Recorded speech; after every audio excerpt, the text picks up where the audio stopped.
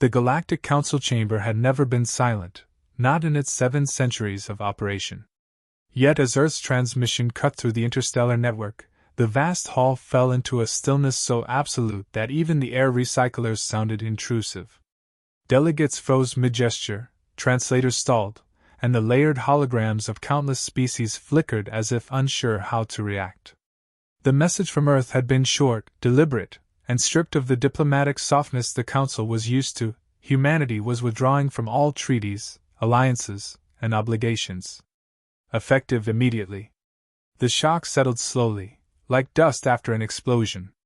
For decades humanity had been the Council's restless catalyst, innovators, explorers, unpredictable saviors of crises that older civilizations believed unsolvable. They were ambitious to a fault, reckless in ways no other species dared to be, but undeniably valuable. And now they had severed the connection cleanly, without explanation, apology, or warning. It was the kind of move only humans could make, and precisely the sort of decision the galaxy feared from them. Delegates scrambled to interpret Earth's motives. Some insisted it was political posturing, a temporary protest that would resolve itself. Others whispered about internal collapse on Earth, economic disaster, civil strife, something catastrophic enough to force isolation. But the tone of the transmission contradicted all of that. It was calm, controlled, and unmistakably intentional. Humanity sounded unified, focused. That alone was enough to unsettle species who had witnessed humanity's potential when fragmented.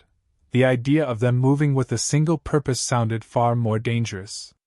Ambassadors attempted immediate contact through every available channel, but Earth allowed no replies. Every communication window returned the same automated refusal, sterile and final. Earth's diplomats stationed across the galaxy began withdrawing at once, leaving behind confused partners and uneasy allies. Human trade vessels rerouted toward Sol. Military ships, always watched with suspicion, fell into tight, silent formations and escorted convoys home. The efficiency of the retreat implied preparation. Not improvisation. Not haste. Representatives began arguing in hushed but frantic tones.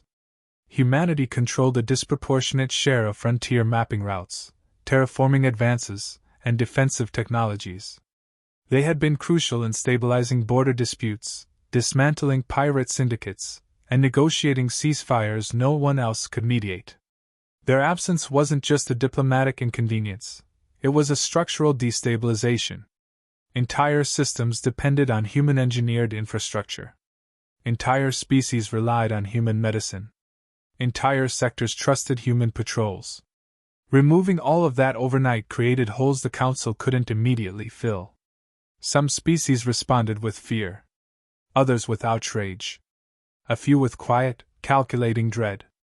What if Earth had uncovered something the Council didn't know? What if humanity was preparing for a threat? Their history was filled with abrupt leaps in capability that no one anticipated. They mastered quantum lattice computing decades before projections. They cracked high-risk wormhole stabilization protocols that older civilizations had abandoned as impossible. They survived existential wars and environmental collapse not through luck but through relentless adaptation.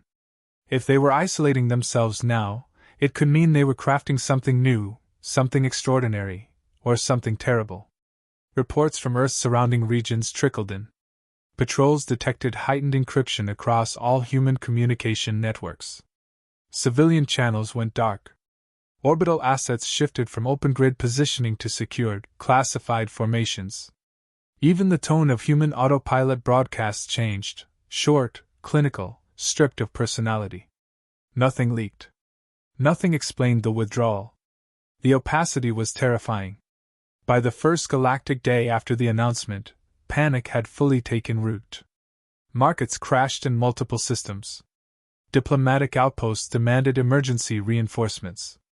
Intelligence agencies speculated wildly: internal human unification, military restructuring, discovery of a megastructure, development of a classified propulsion breakthrough.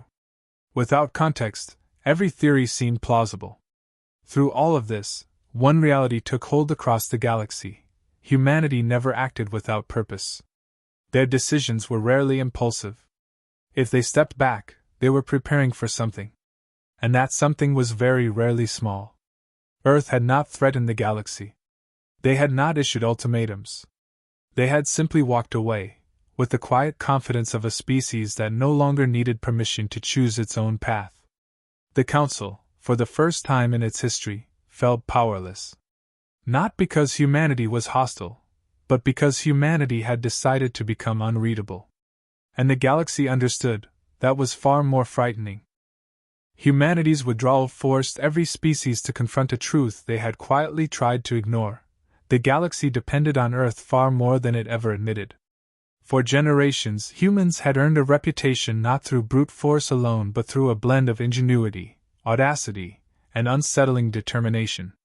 When they arrived on the galactic stage, they were technologically behind, politically disorganized, and socially unpredictable. Yet within a single century, they surpassed civilizations that had existed for millennia. Their rise wasn't gradual. It was explosive, and that acceleration only fed the unease surrounding their departure. Human scientific institutions had a habit of doing what other species considered impossible. They developed self-evolving algorithms capable of redesigning themselves without losing stability. They built gravity flex engines that could turn impossible combat maneuvers into routine patrol patterns. Their medical breakthroughs reversed genetic decay in species long considered doomed. Even their agricultural methods transformed barren moons into population-supporting outposts. Humanity never stayed within established boundaries. They expanded, experimented, and innovated with a speed that outpaced regulation. Alongside their accomplishments came their uniquely volatile psychology. Humans adapted to stress faster than any known species, often displaying heightened capability when under pressure rather than collapsing. They turned disasters into catalysts, and every attempt to constrain them historically had produced unexpected advancements. The Council often described them as a cooperative hazard, helpful, committed, but capable of rewriting the rules if pushed.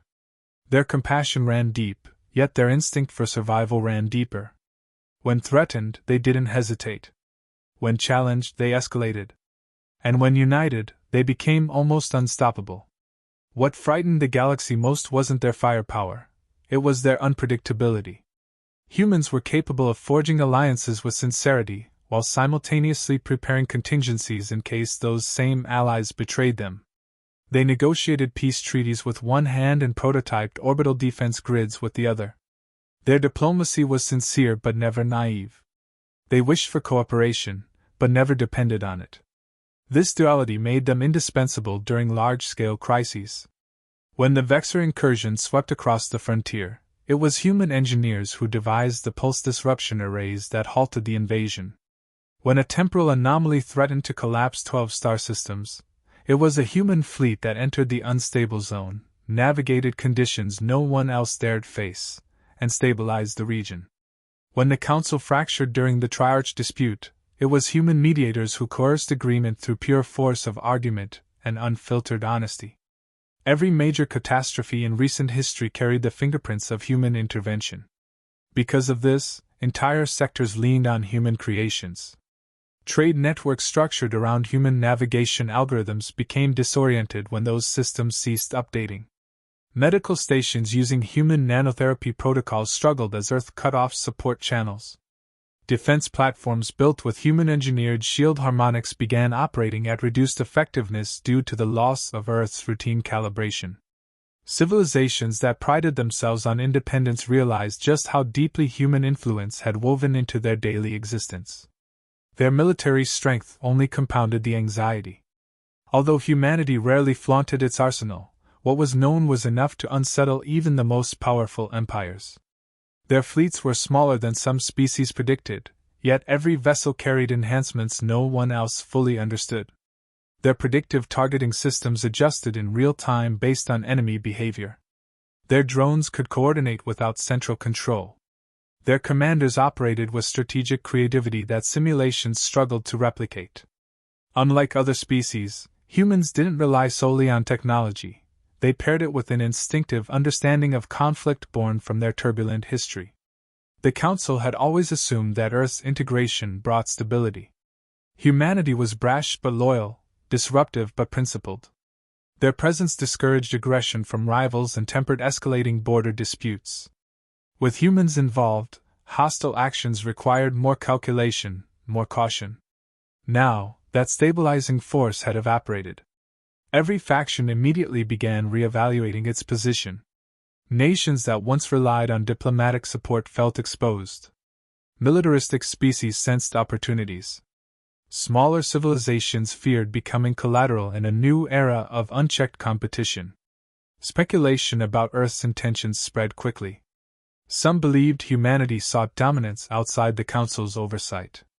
Others argued they were preparing for a threat that only they had detected. A few theorized internal transformation, perhaps a unification so complete that the rest of the galaxy no longer fit into human plans. Yet all theories converged on one conclusion: if humanity had chosen isolation, it wasn't out of weakness. It was a strategic choice rooted in capability. The Council knew it. The frontier worlds knew it. Even rival empires that once challenged Earth now reconsidered their bravado. Humanity had walked away without firing a shot, yet their absence felt louder than any fleet deployment.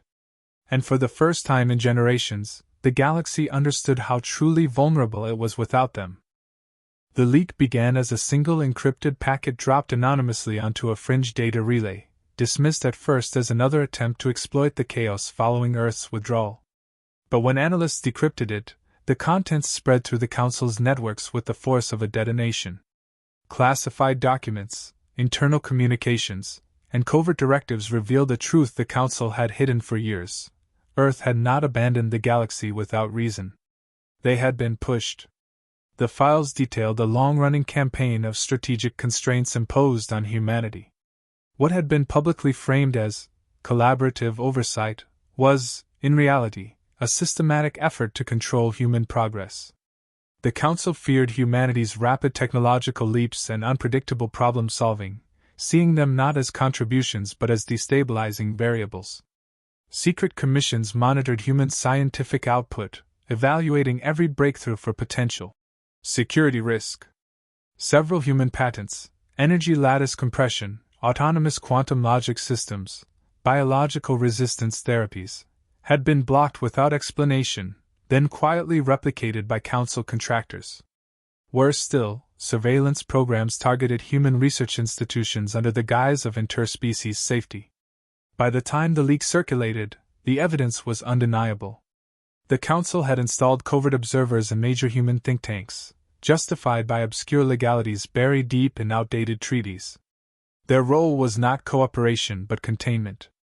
They reported directly to a small group of senior Council members who believed humanity would eventually surpass the balance of power and reshape galactic structure to its own preferences.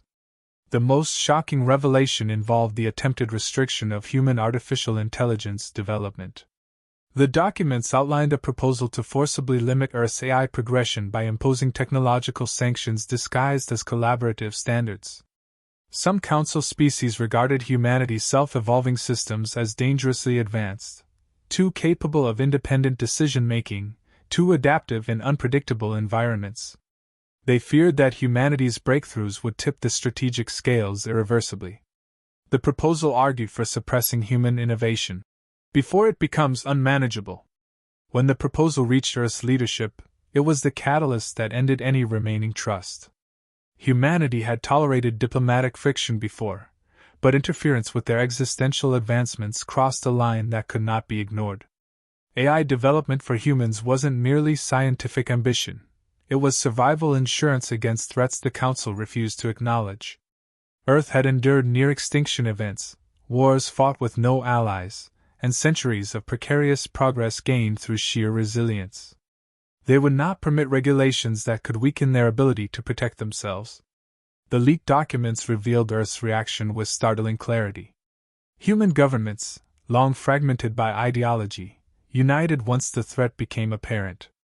Political divides dissolved with unprecedented speed as every faction understood the stakes. Humanity concluded that the Council's fear-driven oversight was not just restrictive but dangerous. If the Council had the power to suppress their growth now, it could one day decide to interfere with their autonomy entirely. Once the unification began, Earth prepared for departure. They developed independent communication networks, secured their scientific archives, mobilized their fleets, and quietly extracted personnel from off-world positions. Every step was deliberate, calculated, and executed with minimal visibility. They ensured that the Council learned nothing until the moment the final transmission was sent. The Council's official response to the leak was predictable denial. Representatives called the files fabricated or misinterpreted, claiming they were part of a coordinated misinformation effort. But smaller civilizations began questioning their leadership. The authenticity of the documents, the precision of the details, and the corroboration from previously unexplained incidents made denial increasingly hollow. Support for the Council wavered as member species confronted the possibility that the organization meant to protect them had manipulated one of its most crucial allies. As the truth spread, the galaxy's anxiety transformed into a deeper, more complex fear. Humanity's withdrawal was no longer viewed as arbitrary aggression or political theatrics. It was a calculated response to betrayal. Earth had not abandoned cooperation. They had severed a relationship built on deception. The uneasy silence from Sol was not belligerence. It was the focus of a civilization redirecting its full capabilities inward, away from those who had tried to hold it back. And with each new revelation, one realization echoed across star systems. If the Council had truly feared what humanity might become when pushed, they had made a catastrophic error. Because now, for the first time in centuries, humans were advancing without oversight, without interference, and without trust in anyone beyond themselves. After the truth about the Council's interference spread, Earth did not issue rebuttals or demands. They simply went silent. The sudden quiet from a species known for constant communication felt unnatural, as if an entire star system had inhaled and refused to exhale. Every channel that once carried civilian chatter, research updates, or diplomatic exchanges collapsed into static. Human space became a sealed domain bordered by automated warnings that offered no elaboration. The message was identical across all frequencies, unauthorized entry strictly prohibited. The silence forced every species to confront a new type of uncertainty. For decades, humans had been visible, talkative, chaotic, impossibly active. Their openness had made them predictable even when their decisions weren't. Now their communications were so heavily encrypted that even the most advanced Council ciphers failed to interpret anything beyond routine navigational beacons. The opacity was intentional. Humanity had blocked every avenue the Council once used to monitor them, dismantling oversight structures with surgical precision. Attempts to gather intelligence escalated quickly. Recon drones sent toward the Sol border returned with corrupted data, as if they had passed through fields that twisted their memory cores. Some units didn't return at all. Several species attempted subtle probes, cloaked ships equipped with passive sensors. Without exception, they were intercepted long before reaching human territory. A simple pulse of light, non-lethal but unmistakably targeted, was enough to send them back. No threats were issued. No explanations were given. Humanity didn't need to speak, their actions communicated absolute control. The few reports that did reach the Council only heightened the tension. Human orbital formations were shifting into new arrangements, creating dense layers of fortified patterns not seen before. Massive structures grew around Sol, rings, swarms, lattices whose functions were speculative at best. Some analysts believed they were energy collectors. Others argued they were shield arrays operating on principles the Council hadn't mastered. A few suggested they were part of a propulsion network designed for something previously unimaginable. Because Earth provided no insight, rumor replaced fact. Traders along the outer routes whispered that human scanning signatures seemed stronger and broader. Explorers claimed their sensor readings bent when pointed toward Sol. Scientific communities debated whether humans had discovered exotic matter or new dimensions of spatial manipulation. The absence of information made every possibility feel credible. Alien governments reacted in ways that revealed their insecurities. Defensive alliances formed overnight as species pooled resources to prepare for an unknown future. Some advocated approaching Earth with humility, hoping to restore dialogue. Others pushed for military readiness in case humanity emerged with intentions that exceeded previous boundaries. A few extremists, hidden in political corners, quietly argued for considering a preemptive strike before humanity's technological isolation produced something unstoppable. These voices were ignored publicly but taken seriously in classified discussions. During all this, Earth showed no aggression. Their fleets did not expand outward. Their ships did not cross borders. They did not posture or intimidate.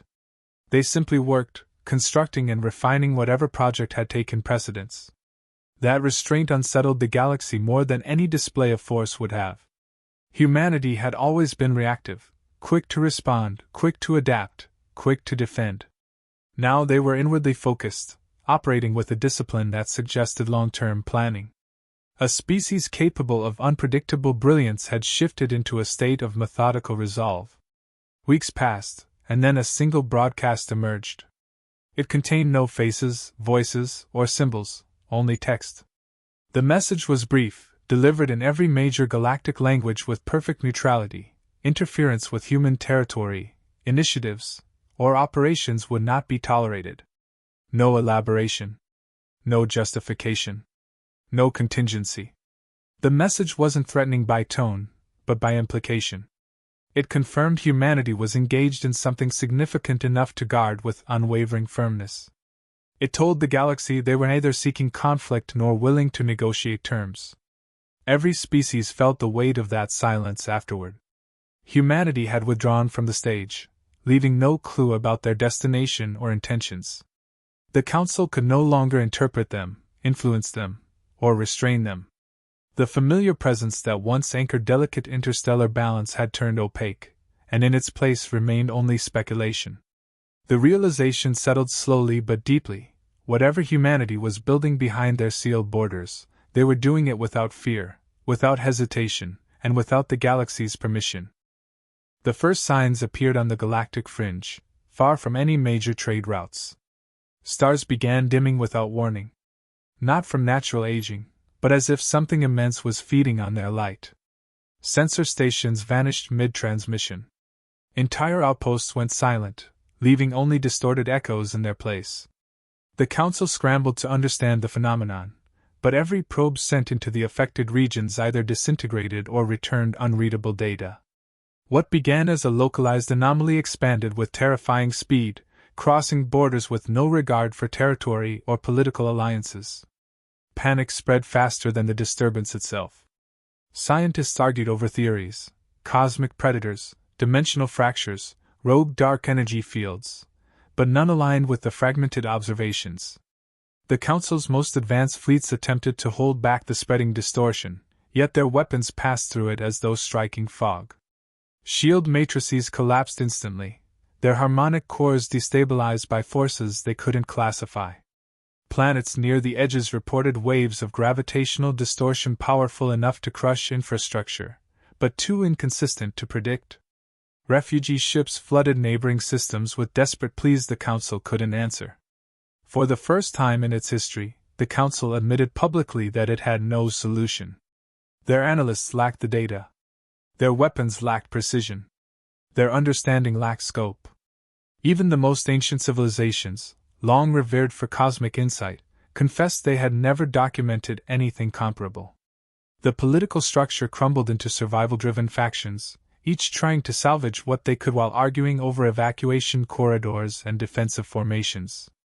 Then, unexpectedly, the first clear readings emerged, not from the Council, but from Earth. The broadcast cut through every secure channel in the galaxy. Human encryption wrapped it in undeniable authenticity. There was no rhetoric, no accusation, no vindication. Only a precise analysis of the anomaly's properties, delivered with a confidence the Council had been unable to muster.